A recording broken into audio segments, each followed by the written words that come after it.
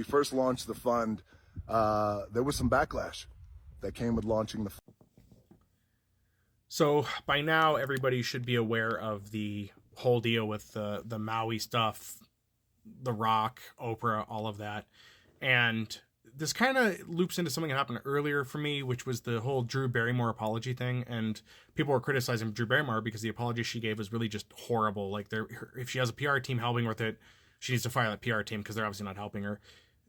The Rock, or Dwayne Johnson, his apology there, if you will, I think was handled a lot better than some of the apologies I've seen. Is it still bad? Yes. I think he did know better.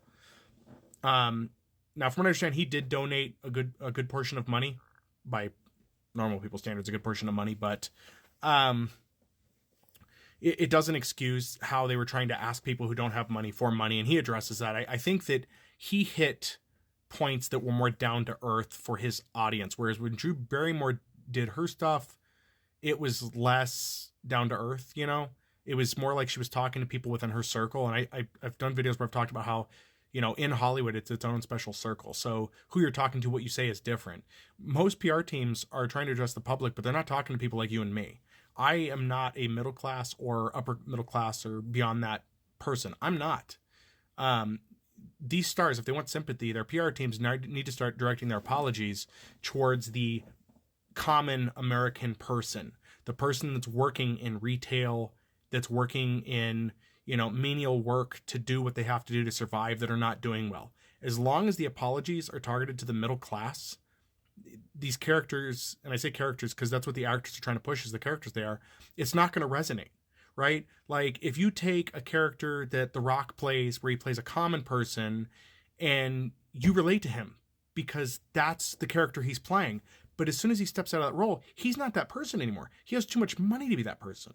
Too many of these people in Hollywood have lost the ability to relate to people because they just don't spend the same way. They don't live the same life. And there are reasons for that. And a lot of people have said I'm wrong on this, or they don't like it. But when you become famous, you have to live in a different house. It has to be separate from normal people, because if you're famous, people will try to come to your house. You have to hire security in some cases, because if you don't, people will try to take your stuff. They will try to come after you.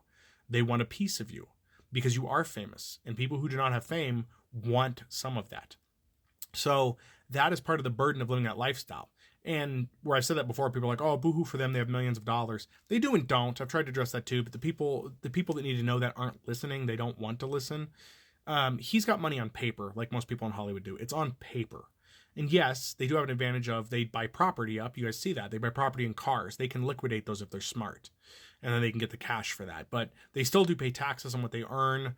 You know, a very small portion of Hollywood actors are A-list. Some are not making that great of money.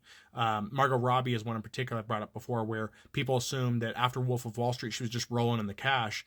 The reality is she wasn't. And I think it was after she played Harley Quinn for the first time, she had to get bodyguards because people were trying to attack her because they hated that she was playing that role. And then there were other people that were just stalking her.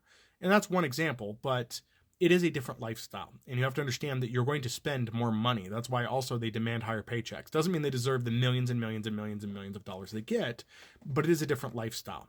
If you suddenly won the lottery tomorrow, you could not live in the same house you live in.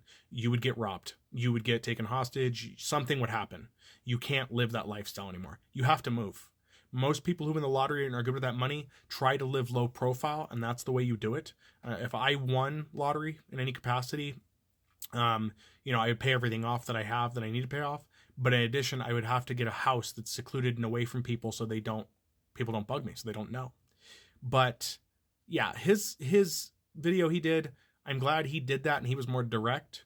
It's still not good enough because he should have known better, but at least he's trying, and at least it feels more genuine to me. It feels like he didn't necessarily go through PR people, but I don't know. I don't know what PR people he has. I don't know what capacity he has for that. I would like to hope, and again, this is where he's a great character. I would like to hope that he was genuine and that came from him and not from a team.